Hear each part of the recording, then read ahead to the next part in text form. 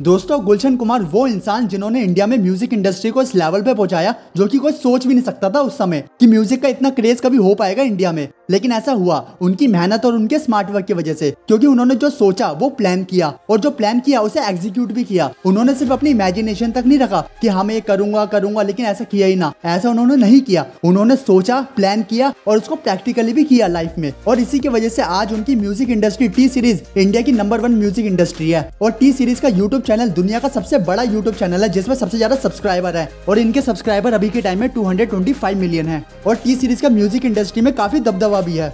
तो चलो आओ जानते हैं कि इंडिया में टी सीरीज का म्यूजिक इंडस्ट्री में दबदबा कैसे बना।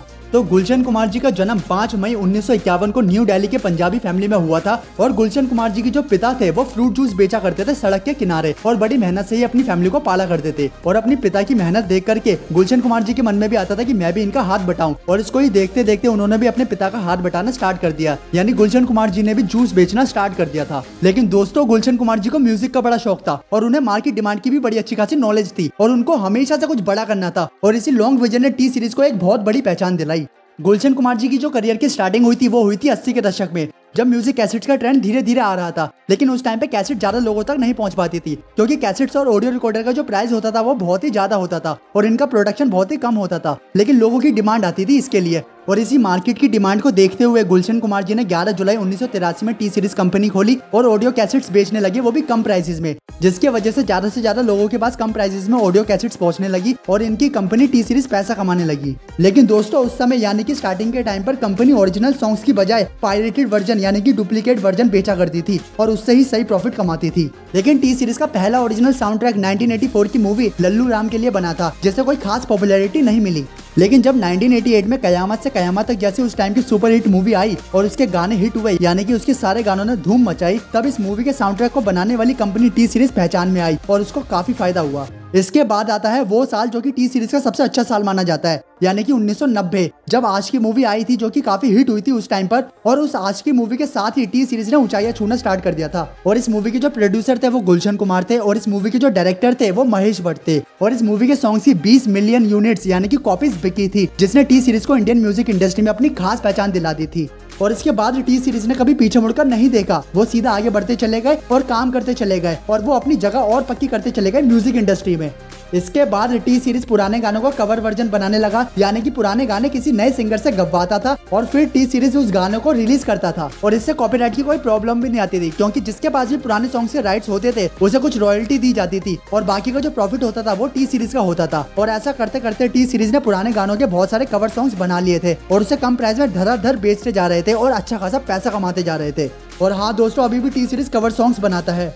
इसके बाद दोस्तों 12 अगस्त 1997 को गुलशन कुमार जी की डेथ हो जाती है और उसके बाद गुलशन कुमार जी के बड़े भाई यानी कि किशन कुमार और गुलशन कुमार जी के बेटे यानी कि भूषण कुमार, ये दोनों टी सीरीज की जिम्मेदारी संभालते हैं और टी सीरीज को नई ऊंचाइयों पर ले जाते हैं। इसके बाद भूषण कुमार टी सीरीज के नाम से यूट्यूब पर चैनल बनाते हैं 2006 में, लेकिन उस पर वीडियो डालना 2010 से स्टार्ट करते हैं। लेकिन टी सीरीज 2016 से अपनी स्पीड पकड़ने लगता है और 2016 से टी सीरीज एक अलग ही लेवल पर पहुंच जाता है, क्योंकि 2016 से टी सीरीज के यूट्यूब के चैनल पे सब्सक्राइबर इतनी तेजी से बढ़े हैं कि वो आज पूरी दुनिया का सबसे ज्यादा सब्सक्राइब करने वाला चैनल बन गया है। और दोस्तों 2016 से टी सीरीज इतना तेजी से क्यों बढ़ा, क्योंकि उस टाइम पे जियो आ गया था अपना फ्री नेट लेकर के और उसके बाद बाकी की भी टेलीकॉम कंपनी आ गई थी अपने सस्ते और अनलिमिटेड नेट प्लान लेकर के, जिसके वजह से ज्यादा से ज्यादा लोग ऑनलाइन आने लगे और यूट्यूब पर ज्यादा टाइम बिताने लगे और टी सीरीज का कंटेंट लोगों को पसंद आने लगा और लोग टी सीरीज को सब्सक्राइब करते गए, जिससे टी सीरीज ग्रो होता रहा। इसके बाद दोस्तों 2018 में टी सीरीज ने 1284 करोड़ की कमाई करी थी। और हाँ दोस्तों, आपको एक चीज और बता दूं कि T series channel multi channel networks का मालिक है, मतलब टी सीरीज कई सारे चैनल रन करता है यूट्यूब पर और टी सीरीज के टोटल 30 चैनल है यूट्यूब पर। दोस्तों अब जानते हैं वो 4 सोर्सेज जिससे टी सीरीज खूब अच्छा खासा पैसा कमाता है।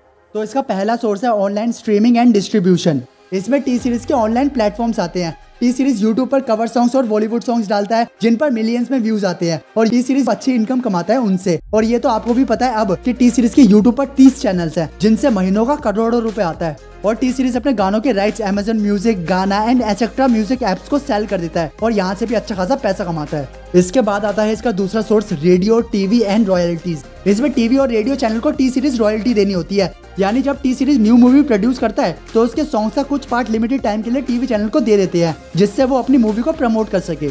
इसके बाद आता है तीसरा सोर्स मूवी प्रोडक्शन। इसमें टी सीरीज मूवी को प्रोड्यूस करके पैसा कमाता है। टी सीरीज का पैसा कमाने का चौथा सोर्स है ब्रांड डील्स। अगर आपने ध्यान दिया हो तो टी सीरीज अपने चैनल पे बहुत से ब्रांडों को प्रमोट करती है, जिसमें से एक पेप्सी भी है। और टी सीरीज जो ब्रांड को प्रमोट करती है वो ब्रांड टी सीरीज को अच्छा खासा पैसा देते हैं। और अगर बात करें टी सीरीज की नेटवर्थ की, तो टी सीरीज की नेटवर्थ $450 मिलियन है, यानी कि 3,590 करोड़ रुपए है।